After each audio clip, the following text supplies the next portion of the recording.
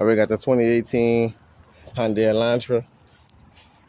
We're changing we did the spark plugs already, changing the air filter, cleaning the throttle body. But we changing the crankshaft position sensor. This is where it is. You got to pull this cover down, which is clips and 10 millimeters. And this is, it's right there. Right under the starter. Next to the oil filter. You might could try to sneak it off from the top. I couldn't find a video on it, but no, that's where it is. Gorilla stamp.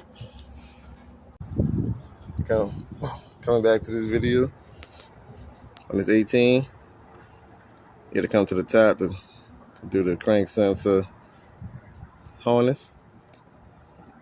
At the top, come to the top and get it. Best way to get it, this harness. Come with your pick tool and pop it off.